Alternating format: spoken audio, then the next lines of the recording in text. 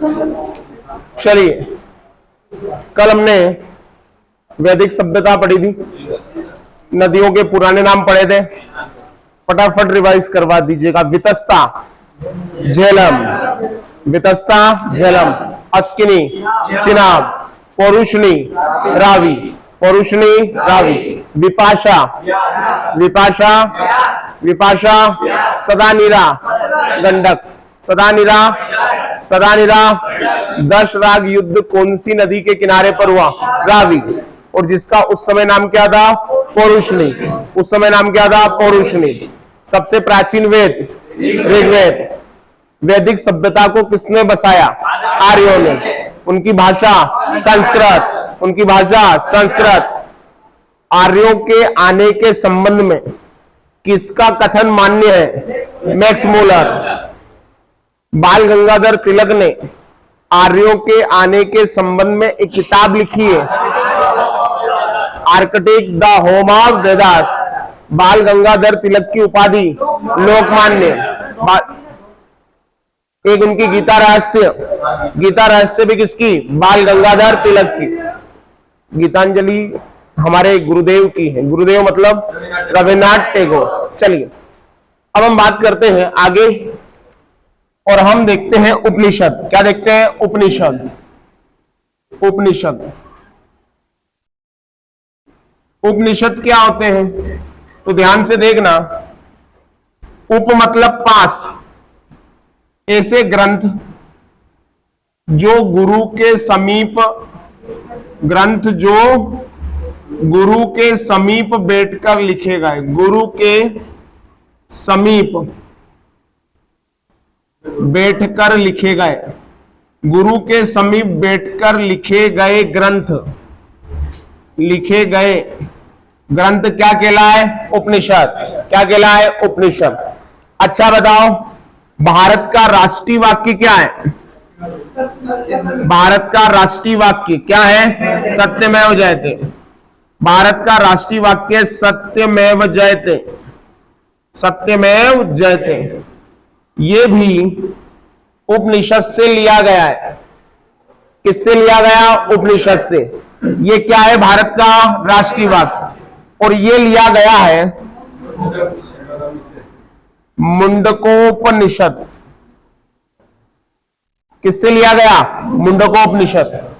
मुंडकोपनिषद से क्या लिया गया? सत्यमेव जयते। मुंडकोपनिषद से क्या लिया गया? सत्यमेव जयते। सत्यमेव जयते क्या है? भारत का राष्ट्रीय वाक्य है ना। और कहा जाए ऐसे ग्रंथ जो गुरु के समीप बैठकर लिखे गए क्या कहते हैं? उपनिषद। तो ये मुंडकोपनिषद भी क्या है? उपनिषद। अच्छा मेरी बात सुनो। हमारे देश में एक परंपरा रही है।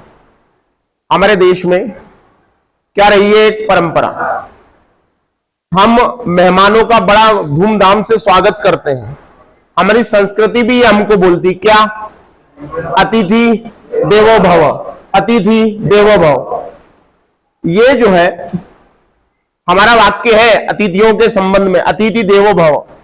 भारत का जो पर्यटन विभाग है वो इस वाक्य का प्रयोग करता है। पहले आमिर खान साहब इसका प्रचार किया करते थे, अतुल्य भारत का। तो उसमें आता था कि भैया अतिथि देवो भव, जो पर्यटक हमारे लिए आ रहे हैं वो हमारे क्या है? अतिथि है, वो देवता है हमारे लिए।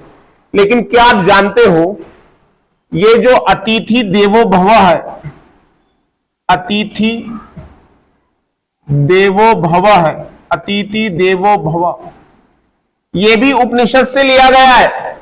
अच्छा कोई बहुत बड़ा वाक्य है क्या? नहीं। कैसा वाक्य? भारत का पर्यटकों के लिए कि अतिथि हमारे लिए किसके समान है?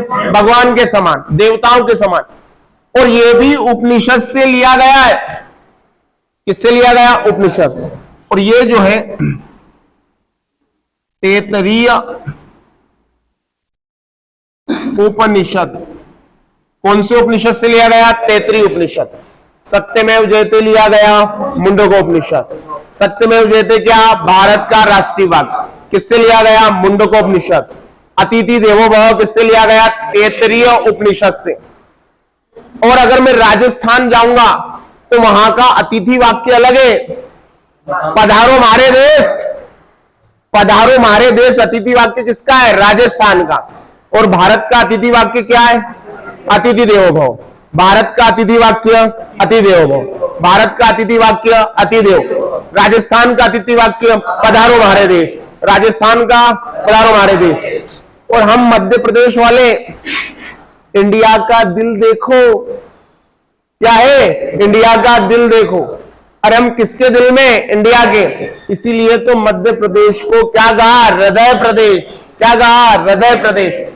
तो हम हृदय हैं, ये हृदय किसी को नहीं देना है। हम किसका हृदय? इंडिया का। अरे हम कौन? मध्य प्रदेश। हम कौन? मध्य प्रदेश। तो भारत का अतिथि वाक्य क्या? अतिथि देवो भव। अरे राजस्थान का पधारो हमारे देश। राजस्थान का पधारो हमारे देश। तो भारत का जो अतिथि वाक्य है वो कौन से उपनिषद से लिया गया? तैत्तिरीय उपनिषद। समझ गए? दूसरी चीज, हमें वैदिक सभ्यता के अंतर्गत वेदांग भी देखने को मिलते हैं।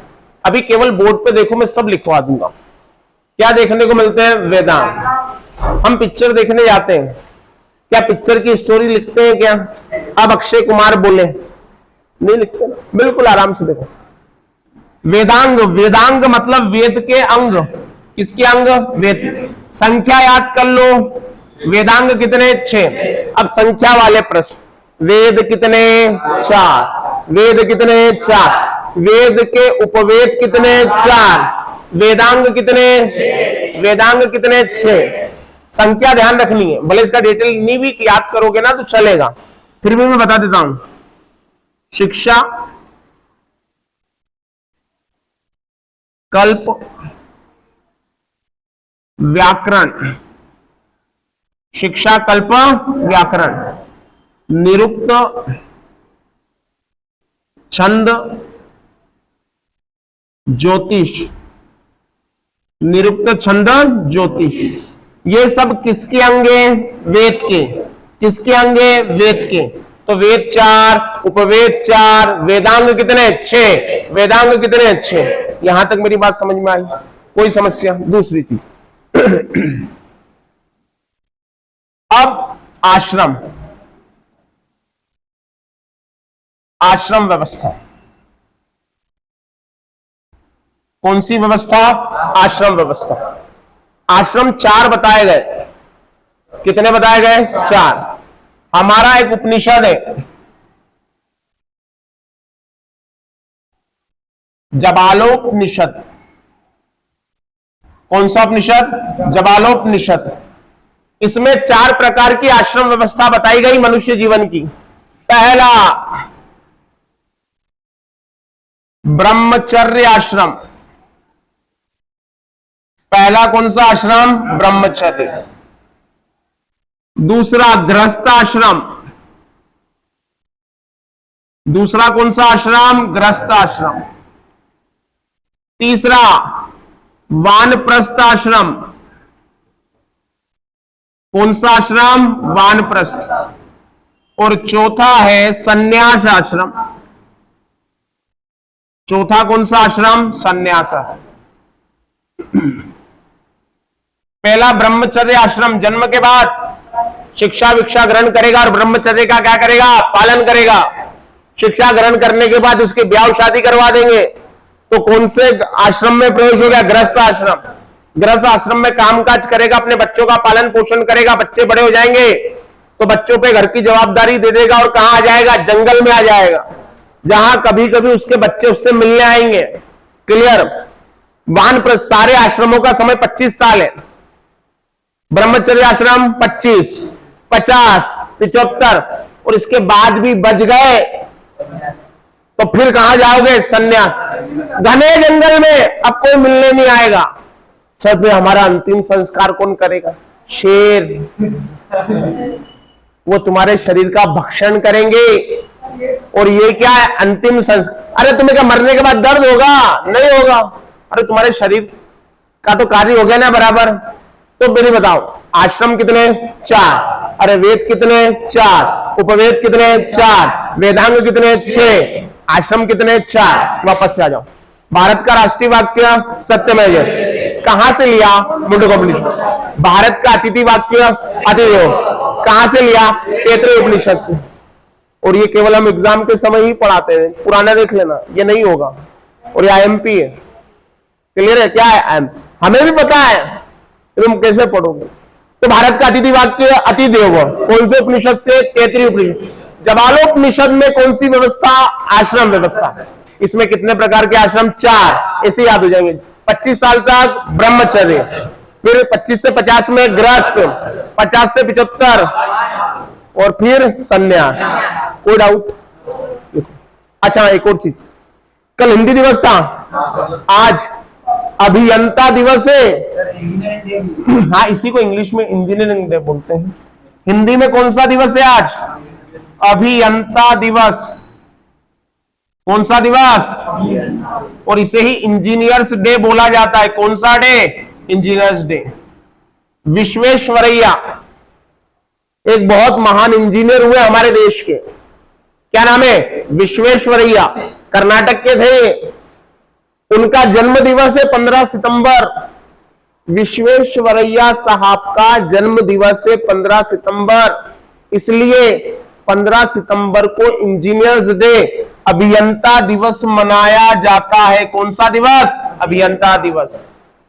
अंग्रेजों के समय में इतने ज्ञानवान थे, वो कहा जाता है कि एक बार वो ट्रेन से कहीं जा रहे थे अंग्रेजों के समय, अचानक वो उठे और उन्होंने ट्रेन की जंजीर खींच दी। किसकी जंजीर खींच दी? ट्रेन की। ट्रेन क्या हो गई? रुक गई। एक गार्ड आया, जंजीर क्यों खींची?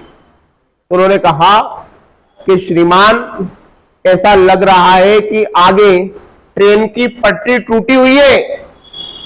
तो उसने कहा, तुम्हें कैसे मालूम ट्रेन की पटरी टूटी हुई है? बोले, कुछ समय से ट्रेन की जो गति है उसकी आवाज में परिवर्तन आ गया है। तो गार्ड उनको लेके गया, चलो देखते हैं कैसे टूटी हुई है। और कुछ दूरी पे गए, 100-1 मीटर ही गए होंगे, और उन्होंने देखा कि ट्रेन की पटरी टूटी हुई है। सोचो कितना महान व्यक्ति होंगे, केवल आवाज पे अंदाजा लगा ले कि आगे कुछ गड़बड़ है यार इसमें। उन्हीं को समर्पित है कौन सा दिवस? अभियंता दिवस। और कल क्या तारीख है? 16, ओजोन परत संरक्षण दिवस। चलो 14 कौन सा? हिंदी दिवस। 14 कौन सा? हिंदी दिवस। राष्ट्रीय हिंदी या अंतरराष्ट्रीय हिंदी? राष्ट्रीय हिंदी। 15 कौन सा? अभियंता दिवस। और कल कौन सा? ओजोन परत संरक्षण दिवस। क्लियर? लिखना। अब राष्ट्रीय हमारे यहां का लिखना। उपनिषद ऐसे ग्रंथ जो गुरु के समीप बैठकर लिखे गए, ऐसे ग्रंथ जो गुरु के समीप बैठकर लिखे गए, जो गुरु के समीप बैठकर लिखे गए, उन्हें उपनिषद कहा जाता है। उपनिषद कहा जाता है, उन्हें उपनिषद कहा जाता है। नेक्स्ट पॉइंट में लिखना, भारत का राष्ट्रीय वाक्य, भारत का राष्ट्रीय वाक्य, भारत का राष्ट्रीय वाक्य सत्यमेव जयते, सत्यमेव जयते। भारत का राष्ट्रीय वाक्य सत्यमेव जयते मुंडकोपनिषद, मुंडकोपनिषद से लिया गया है, मुंडकोपनिषद से लिया गया है, मुंडकोपनिषद से लिया गया है, मुंडकोपनिषद से लिया गया है, मुंडकोपनिषद से लिया गया है।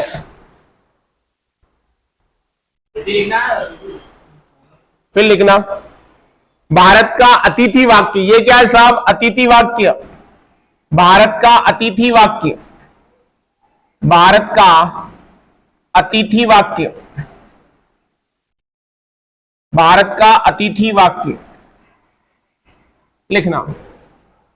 भारत का अतिथि वाक्य, अतिथि देवो भव। भारत का अतिथि वाक्य, अतिथि देवो भव, तैत्तिरीय उपनिषद से लिया गया है। तैत्तिरीय उपनिषद से लिया गया है।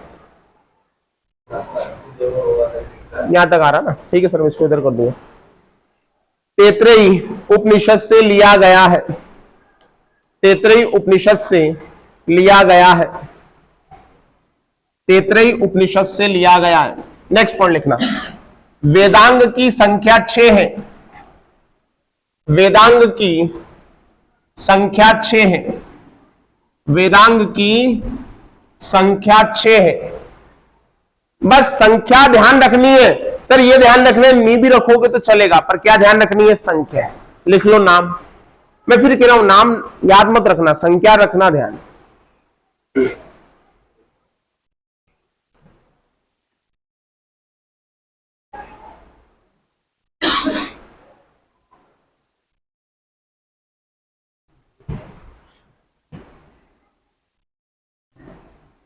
लिख लिया?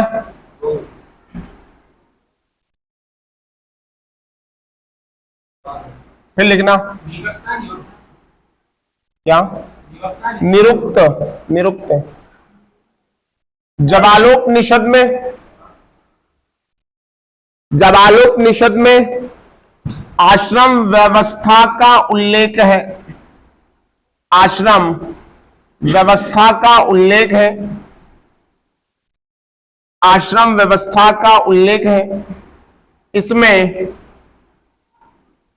4 प्रकार के आश्रम, इसमें 4 प्रकार के आश्रम बताए गए हैं। इसमें 4 प्रकार के आश्रम बताए गए हैं। कितने प्रकार के आश्रम? 4 प्रकार के। नाम लिख लो।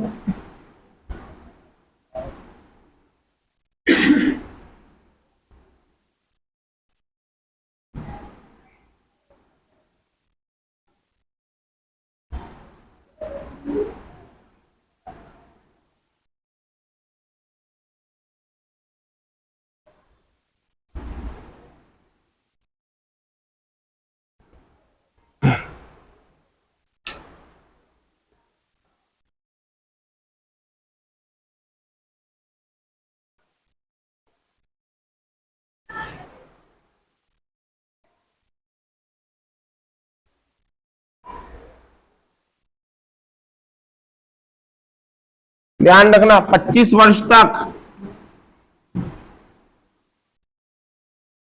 कौन सा आश्रम? ब्रह्मचर्य। 25 से 50, 50 से 75 और 75 से जब तक तुम्हारे पास लाइफ लाइन हो। अब मेरी बात को बहुत गौर से सुनना। लिख लिया क्या? अच्छा बताओ, हमारे यहां जन्म के बाद मुंडन करवाया जाता है, हाँ या ना? बच्चे का जन्म होता है, तो बच्चे का जन्म होता है, उसे 6 माह तक क्या खिलाया जाता है?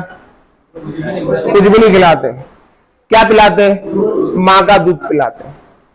लेकिन 6 महीने बाद 7वें महीने में उसे कुछ हल्का फुल्का खाना खिलाया जाता है। इसे बोलते हैं अन्नप्राशन। क्या बोलते हैं? अन्नप्राशन। फिर वो बड़ा हो जाता है, विवाह लायक हो गया तो उसकी शादी भी करवाई जाती है, हाँ या ना? तो विवाह करवा दिया। मृत्यु किसी की होती है, तो मृत्यु होती है तो उसको क्या बोलते हैं? हम क्या करके आए? दाह संस्कार। ये संस्कार क्यों जुड़ा? क्योंकि 16 संस्कारों का वर्णन है। कितने संस्कार? 16। हमें संख्या ध्यान रखनी है। और अंतिम संस्कार, जो अंतिम संस्कार है मृत्यु संस्कार या दाह संस्कार, वो 16वां संस्कार है। उसके बाद किसी की जरूरत पड़ती है क्या तुमको? नहीं। तो कितने संस्कार बताए गए? 16 संस्कार। कितने? 16 संस्कार। कितने? 16। अब वापस से आ जाओ, वेद कितने? 4। उपवेद कितने? 4। उपवेद कितने? 4। वेदांग कितने? 6। वेदांग कितने? 6। आश्रम कितने? 4। आश्रम कितने? 4। संस्कार कितने? 16। संस्कार कितने? 16। दूसरी चीज, मनुष्य के जीवन के 4 पुरुषार्थ बताए गए। क्या बताए गए? 4 पुरुषार्थ। बस इनकी भी संख्या ध्यान रखना। तो मनुष्य के जीवन के पुरुषार्थ कितने हैं? तो पुरुषार्थ 4 है। अब 4 है तो इनको ध्यान रख लो। धर्म, धर्म, अर्थ, काम और मोक्ष। धर्म, अर्थ, काम, मोक्ष। धर्म, अर्थ, काम, मोक्ष। ये सब क्या है? पुरुषार्थ। तो वापस 4 लिख दो। तो हमारा फॉर्मूला क्या निकला? 4 4 6 4 16 4। 4 क्या है? वेद। 4 क्या है? वेद। 4 क्या है? उपवेद। 4 क्या है? उपवेद। 6 क्या है? वेदांग। 6 क्या है? वेदांग। अरे 4 क्या है? आश्रम। 4 क्या है? आश्रम। अरे संस्कार कितने? 16। संस्कार कितने? 16। और पुरुषार्थ कितने? 4। पुरुषार्थ कितने? 4। समझ गए? अब लास्ट वैदिक सभ्यता, हमें यह ध्यान रखना है। मैंने कहा था ऋग्वेदिक काल में सबसे प्रमुख देवता कौन है? इंद्र। क्लियर बात? जब ऋग्वेदिक काल समाप्त हुआ तो उत्तर वैदिक काल आया, और उत्तर वैदिक काल में समाज का दायित्व मेन हो गया प्रजापति का। किसका हो गया? प्रजापति। तो उत्तर वैदिक काल में मुख्य कौन हो गया? प्रजापति। अब वैदिक काल की समाप्ति में, समाप्ति के समय हम देखते हैं रामायण की रचना हुई। किसकी रचना हुई? रामायण की। और रामायण की रचना किसने की? वाल्मीकि ने। रामायण में 24,000 श्लोक हैं। कितने श्लोक? 24,000। तो इसलिए इसे कहा जाता है चतुर्विंशति सहस्री संहिता।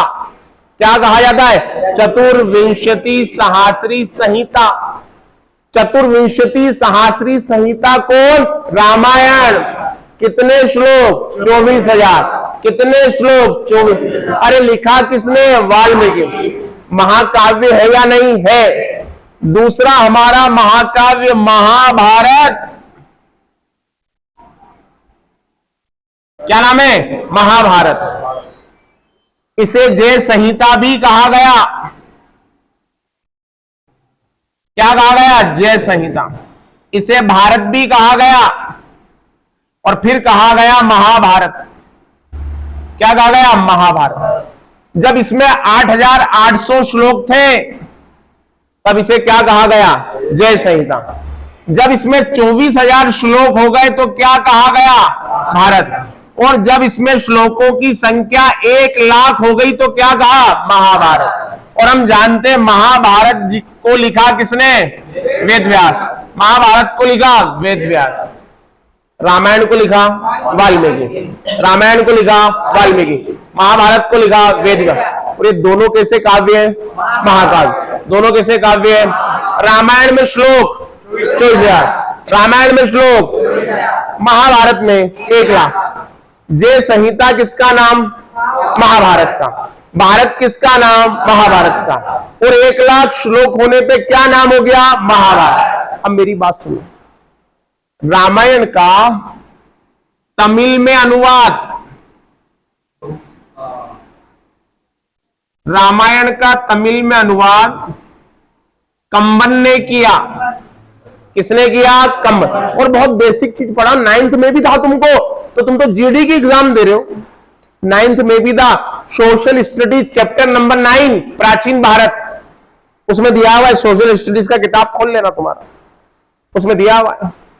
अब तुम पढ़े हो नहीं पढ़े हो, ये हम नहीं पढ़े हैं, तो वहां पे है तो कोई सोचे ये आएगा क्या, तो तुम्हें 9वीं में आया था तो अब नहीं आएगा, आएगा। तो रामायण का तमिल में अनुवाद किसने किया? कंबन। अरे नहीं भैया, आजकल ना लोग बहुत महान है, वो पहले तो ये डिसाइड करते हैं क्या आएगा नहीं आएगा। तो मैं कहता हूं ये डिसाइड कर लो कि तुमको 15 क्वेश्चन जीके के कौन से आने वाले हैं, 15 मैथ्स के कौन से आने वाले हैं। वो ये भी डिसाइड करते कि ये कोर्स हो पाएगा या नहीं हो पाएगा। तो इसे महान ज्ञानी पुरुष है धरती पर जो आर्मी की एग्जाम देते हैं।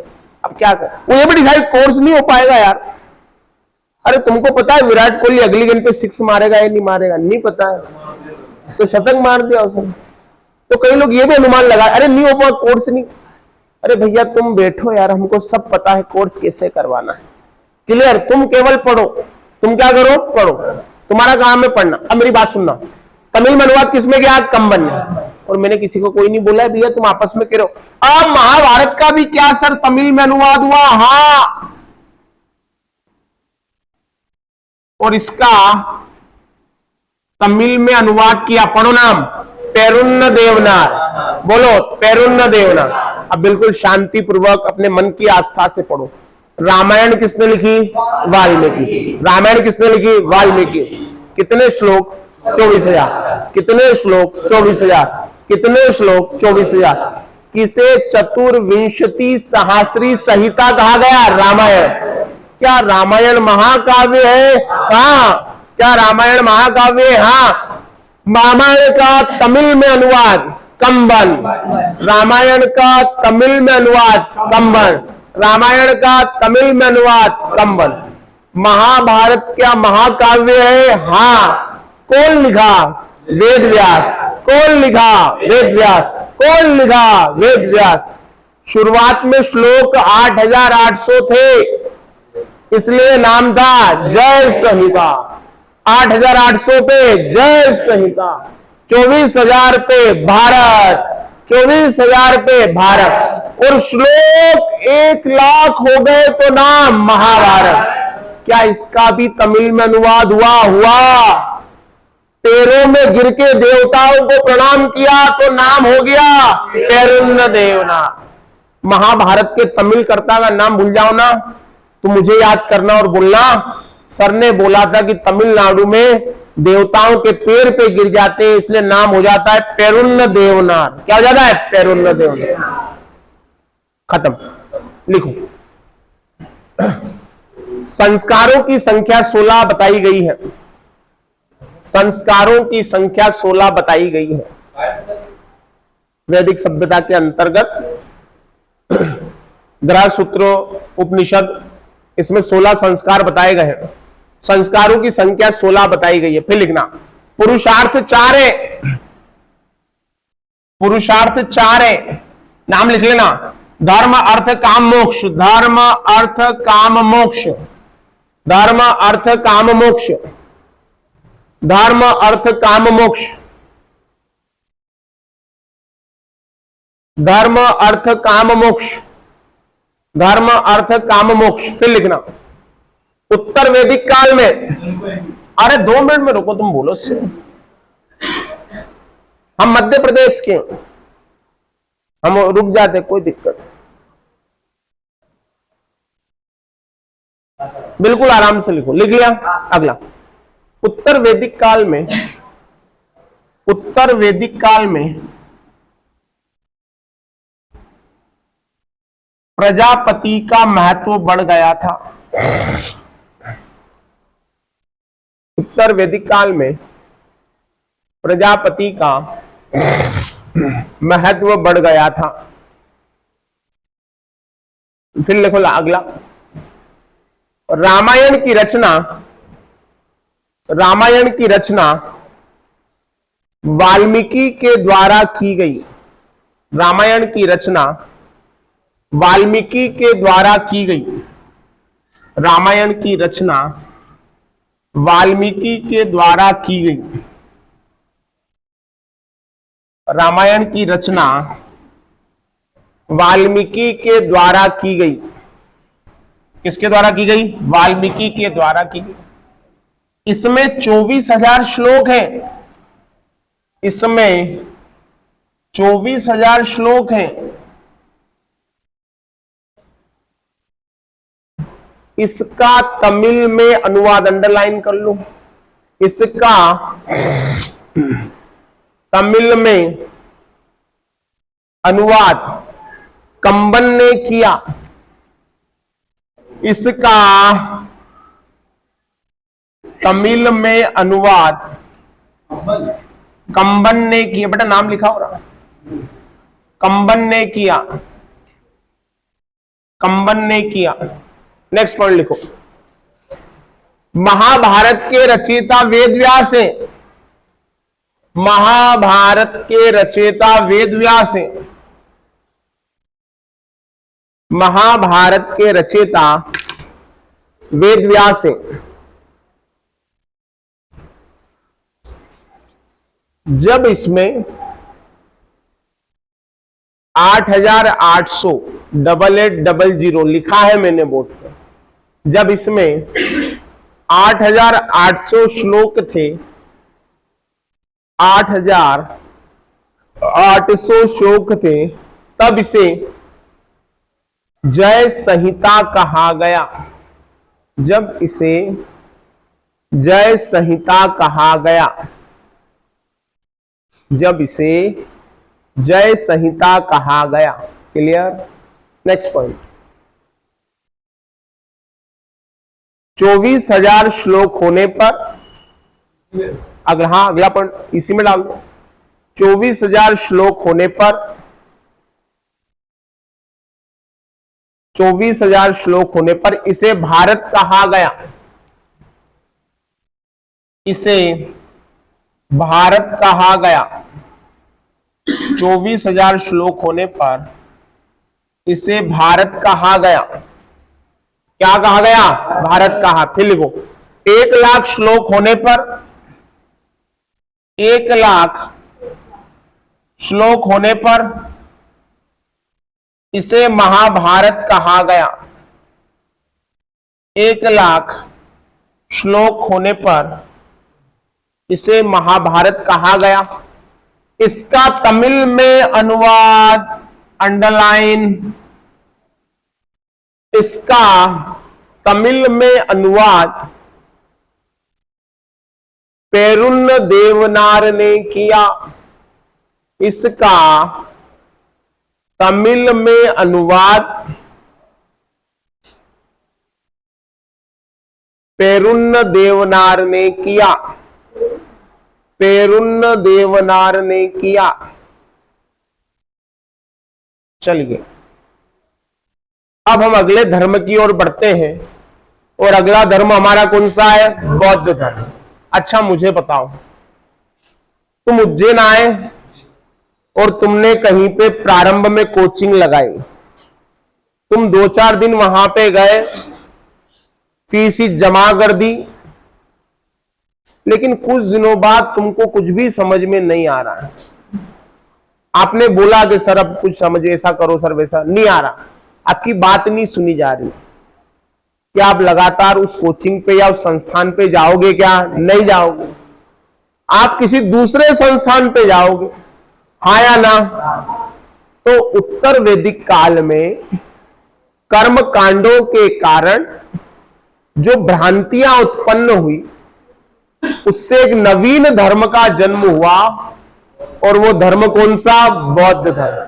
और नवी में भी पढ़ा है 9th स्टैंडर्ड में आप लोगों ने कि बौद्ध धर्म के संस्थापक कौन? गौतम बुद्ध। बौद्ध धर्म के संस्थापक कौन? गौतम बुद्ध। आपने वहां पे पढ़ा है कि गौतम बुद्ध का जन्म, गौतम बुद्ध का जन्म जो है वो 563 ईसा पूर्व, ईसा पूर्व मतलब बीसी, कपिल वस्तु के लुम्बिनी, कपिल वस्तु के लुम्बिनी में हुआ था। अरे किसका जन्म हुआ था? गौतम बुद्ध का। कहां हुआ था? कपिल वस्तु के लुम्बिनी। कब हुआ था? 563 ईसा पूर्व। तथा इनकी मृत्यु 483 ईसा पूर्व में हुई थी। किसमें हुई थी? 483 से। और इनकी मृत्यु हुई थी कुशीनगर में। कहां पे हुई? कुशीनगर। कहां पे हुई? कुशीनगर। जन्म कहां हुआ? लुम्बिनी। जन्म कहां हुआ? लुम्बिनी। मृत्यु कहां हुई? कुशीनगर। मृत्यु कहां हुई? कुशीनगर। ये क्षत्रिय थे, राजा के पुत्र थे, पिता का नाम था शुद्धोधन। लेकिन शुरुआत से ही इनका मन राजसी कार्यों में नहीं लगता था, इनका मन बुझा बुझा सा रहता था। जैसे दूसरे राजकुमार थे, ये वैसे राजकुमार नहीं थे। इनका स्वभाव शुरू से ही अलग था, और जिनका स्वभाव शुरू से अन्य से अलग होता है वही लोग जीवन में कुछ करते हैं। तो हमने देखा कि इनका जन्म हुआ, इनके बचपन का नाम सिद्धार्थ, इनके बचपन का नाम था सिद्धार्थ। बचपन का नाम क्या था? सिद्धार्थ। किसके बचपन का नाम सिद्धार्थ? गौतम बुद्ध के। इनके पिता का नाम था शुद्धोधन, पिता का नाम शुद्धोधन, पिता का नाम शुद्धोधन। माता का नाम था महामाया, माता का नाम महामाया। किसकी माता का नाम? गौतम बुद्ध की। लेकिन जन्म के 8वें दिन इनकी माता की क्या हो जाती है? मृत्यु हो जाती है।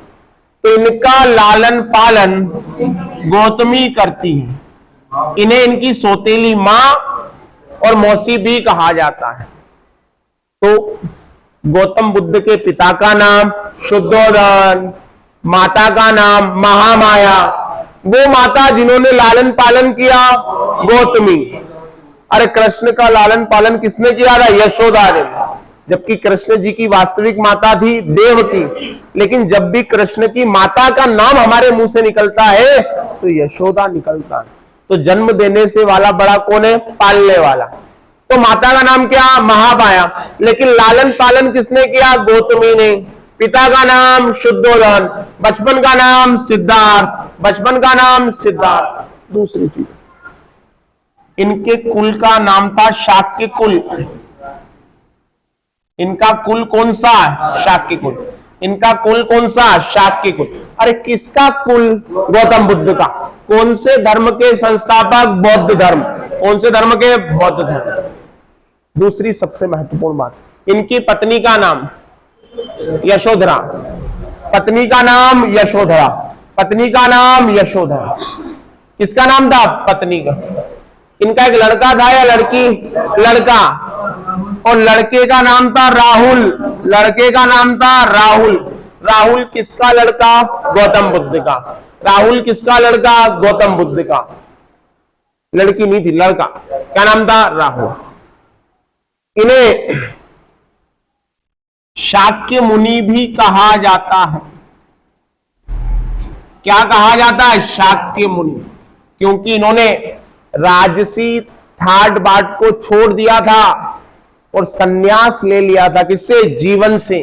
बाद में इन्हें ज्ञान की प्राप्ति हुई तो एक नया धर्म शुरू किया। कौन सा धर्म? बौद्ध धर्म। आपको पता है बौद्ध धर्म सबसे आगे क्यों बढ़ा? क्योंकि बौद्ध धर्म ने चारों वर्णों को बराबर समझा। कितने वर्णों को? 4। अब बता दो वर्ण कितने? कौन कौन से? ब्राह्मण, क्षत्रिय, वैश्य, शूद्र। इन्होंने कहा सब क्या है? बराबर। इसलिए सभी ने इनका क्या किया? सम्मान किया। लिखो बौद्ध धर्म। पॉइंट नंबर 1, बौद्ध धर्म के संस्थापक गौतम बुद्ध हुए। बौद्ध धर्म के संस्थापक गौतम बुद्ध हुए। नेक्स्ट पॉइंट, बौद्ध धर्म के संस्थापक गौतम बुद्ध हुए। नेक्स्ट पॉइंट, मैं आराम से ही बोल रहा हूं, आप आराम से लिखो। इनके बचपन का नाम सिद्धार्थ था।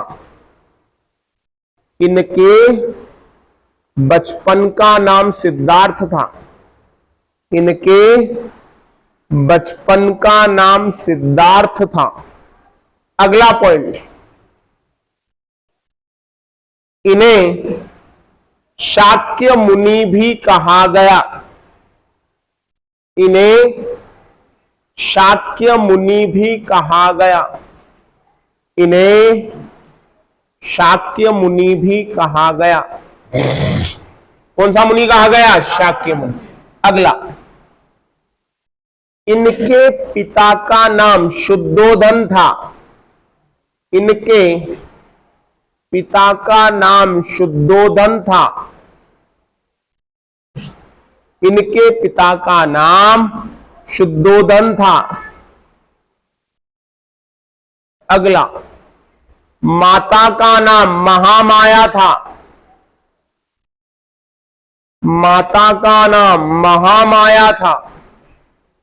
माता का नाम महामाया था। इसी में लिखना, इनकी मृत्यु के बाद, इनकी मृत्यु के बाद गौतमी ने, इनकी मृत्यु के बाद गौतमी ने गौतम बुद्ध का लालन पालन किया।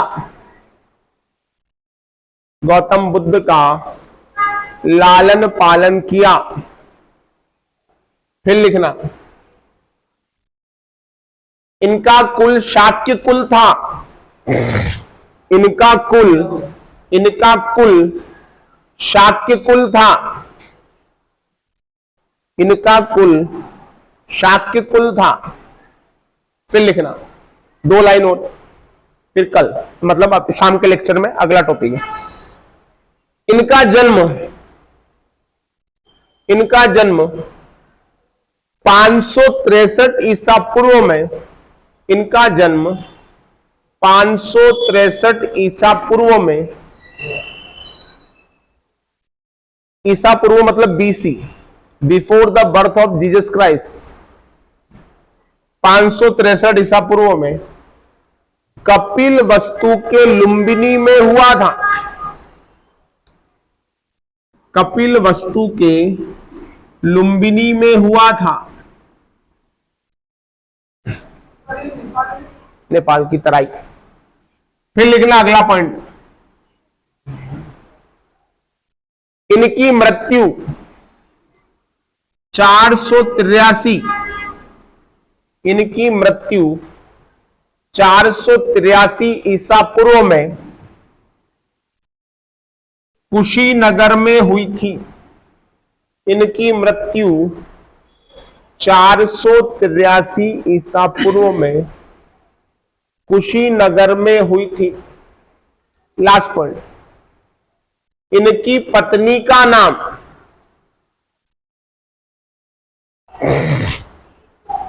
यशोधरा तथा पुत्र का नाम राहुल था। तथा पुत्र का नाम राहुल था। पुत्र का नाम राहुल था। चलिए एक बार पढ़ लीजिए, फिर रिवीजन करेंगे। करवा दूंगा, कल के लिए हो जाएंगे पूरा, कल के उसमें हो जाएंगे पूरा। तुम मत चिंता करो, मैं कह रहा हूं ना, तुम्हारा सिलेबस भी होगा दोबारा भी, तुम बस घर पे पढ़ के आओ।